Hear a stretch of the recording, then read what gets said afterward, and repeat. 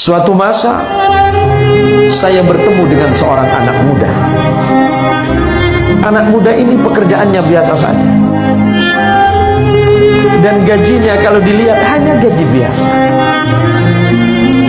Akhirnya saya tanya, wahai anak muda, jika engkau mau ikhlas dan berbagi kepadaku, maukah engkau menceritakan kepadaku amalan apa yang selama ini engkau lakukan? Dia balik bertanya, wahai Tuan Guru,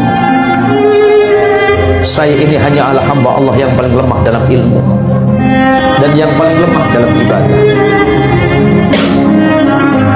Tapi seandainya Tuan Guru berkenan, saya hanya membaca satu salawat, Allahumma salli ala Sayyidina Muhammad, Allahumma salli ala Sayyidina Muhammad.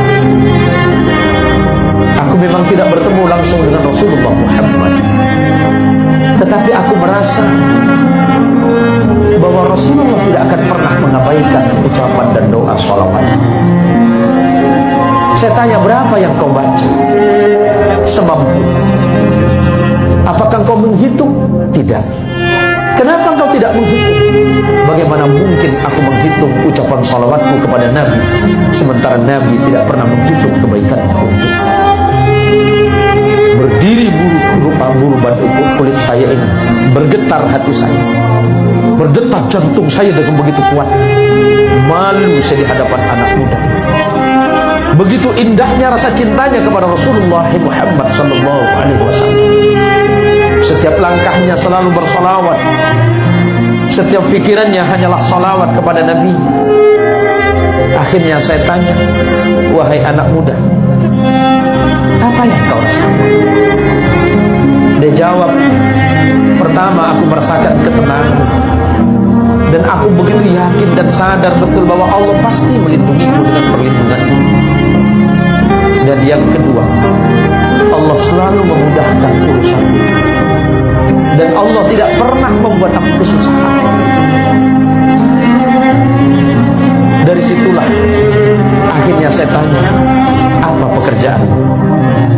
Dia menjawab dan menjelaskan kepada saya, ternyata pekerjaannya hanya seorang penyapu jalan. Berapa gaji yang dia dapat? Mungkin tidak sebanyak gaji orang lain. Saya tanya, apakah itu cukup? Dia menjawab, qadarullah, atas takdir Allah, tidak pernah Allah mengurangi sedikit. Tidak semua orang punya gaji, tetapi semua orang pasti punya rezeki. Dan saya yakin betul dengan gajiku yang seperti itu, Allah pasti mencukupi. Kenapa? Karena saya pernah mendengar Tuan Guru ceramah menyampaikan khutbah bahwa sebanyak apapun gaji yang kita punya tidak akan pernah cukup, tetapi yang mencukupi adalah rasa syukur kita kepada Allah. Saya tanya,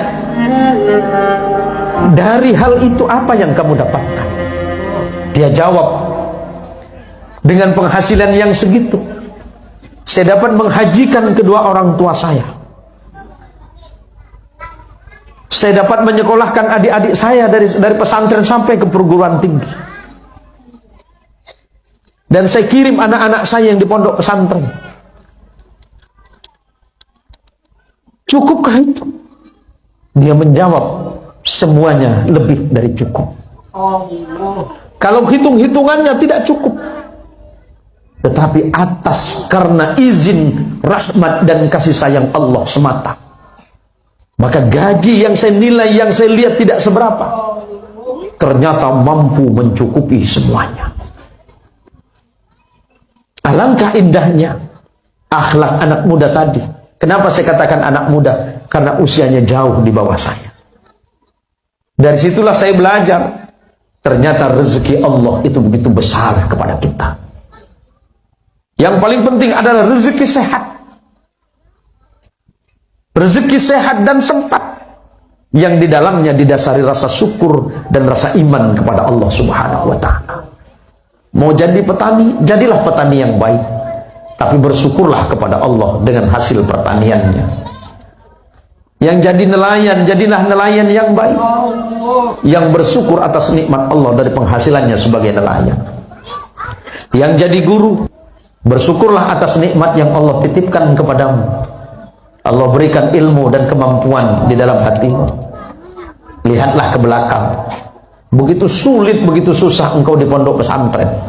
Saya tahu ketika saya mengajarmu dulu.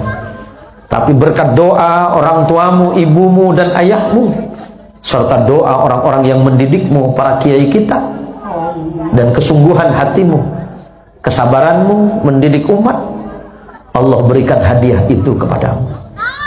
Berterima kasihlah kepada Allah, bersyukurlah atas nikmat ini, dan jaga nikmat itu. Jangan sampai karena nikmat ini engkau lupa dan lalai kepada Allah. Bimbing umatmu ke jalan Allah, bimbing mereka dalam kebaikan di jalan Allah, maka insya Allah Allah akan memberikan yang lebih besar dibandingkan dengan apa yang Allah berikan kepadamu pada